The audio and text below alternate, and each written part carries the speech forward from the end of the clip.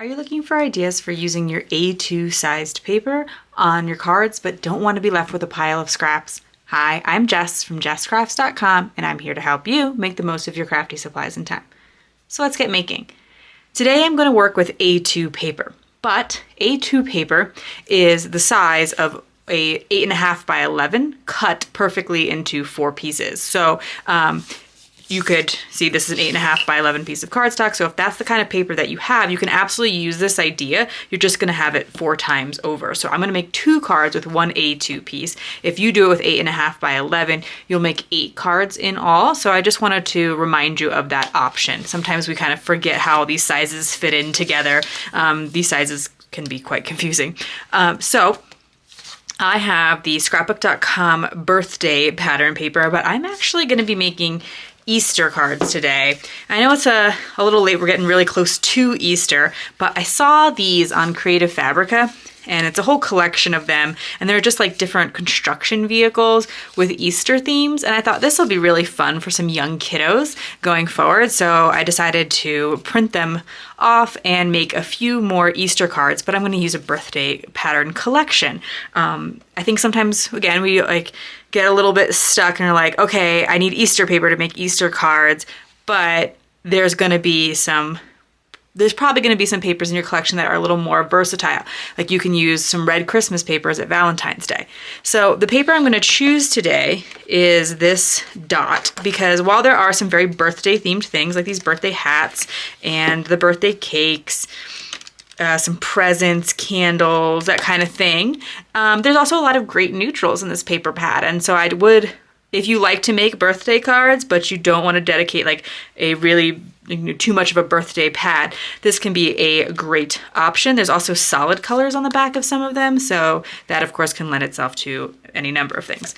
I printed out 6 because I thought I might use some 12 by 12 paper, and those templates make 6 cards. So I'm just gonna make extra today and pull a couple extra sheets.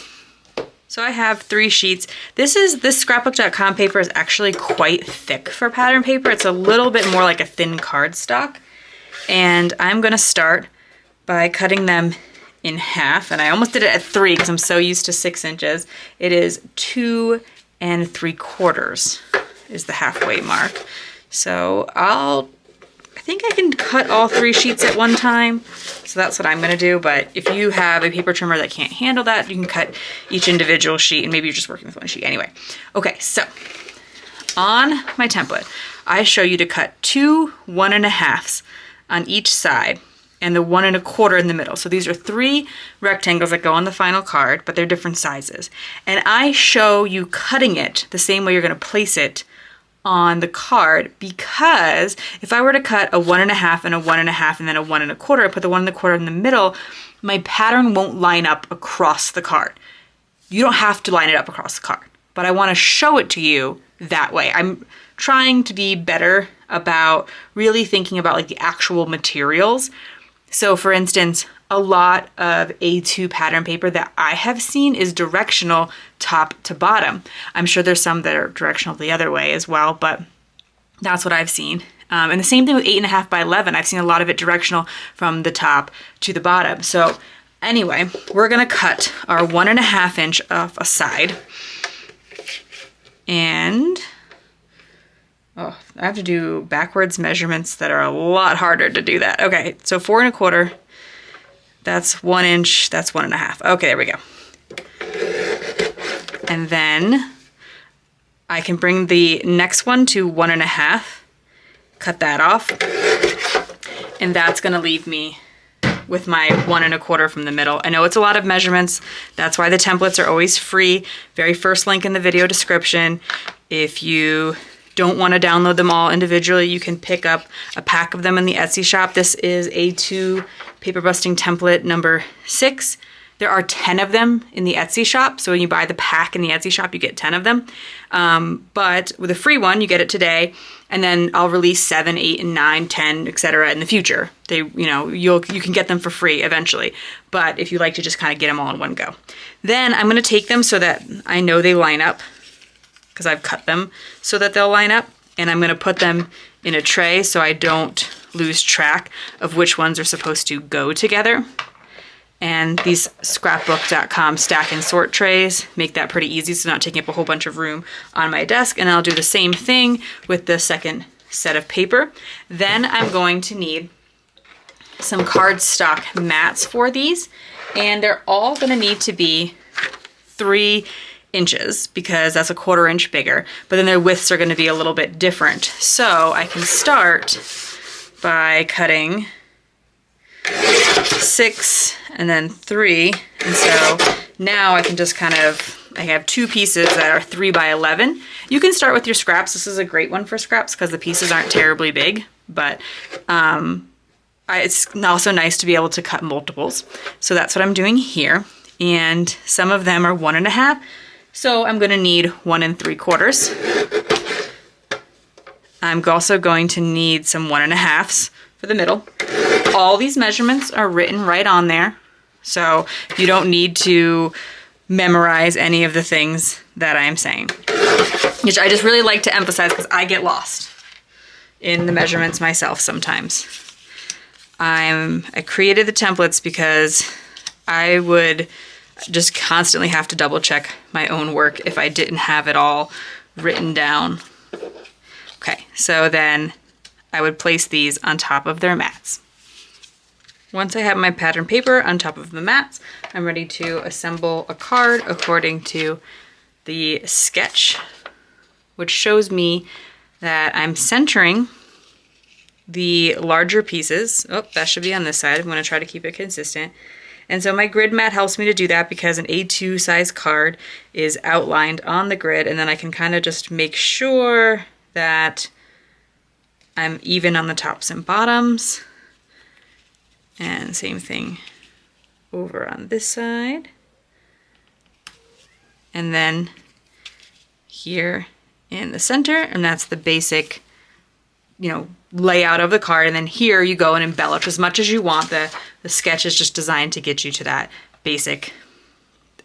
Here's the format of the card. You add your embellishments, you add your sentiments, etc. And so I have these that I've picked out. As you can see, they're quite large for these cards, but I think it works. And then I think that there's a clear place for a sentiment over here to kind of balance it out a little bit. So I'm going to get a sentiment for this corner. I'm going to do something really, really simple for my sentiment. I cut these 1/2 inch strips. I have a lot of sentiments that fit in 1/2 inch strips because there's like smaller sentiment stamp sets that just have like a whole bunch of sentiments to them.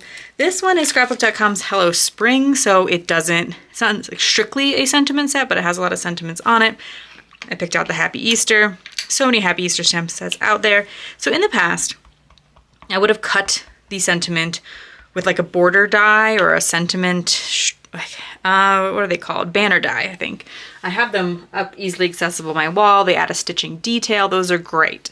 But I've found that you can also add you can add some interest without having to cut the die by just stamping with colored ink. Now, of course, you could die cut with the stitching die and add the colored ink, and that would, add some interest to your sentiment even more so, but stamping with the colored ink is a little bit faster than running things through the die cut machine. Well, sorry, it is definitely faster because I have to stamp it either way.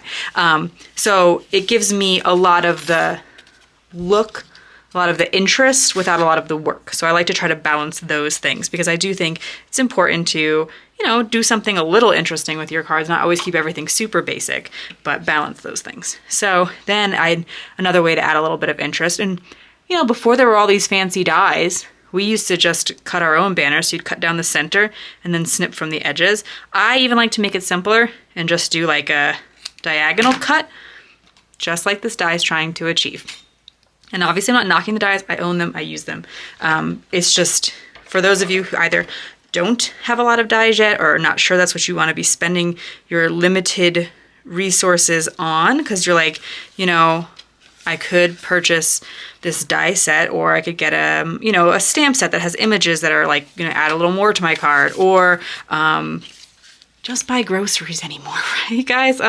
Anyway, so then I'll probably pop this up, and I didn't really mention this before, but something I like to do, because you're thinking, there was no pattern paper scraps, that's great. What about cardstock scraps? I say this all the time, but just in case you're stumbling upon this as your first video, I like to just take those extra bits of cardstock and I tape 2 thick pieces of cardstock together, and I use that instead of foam tape to pop things up.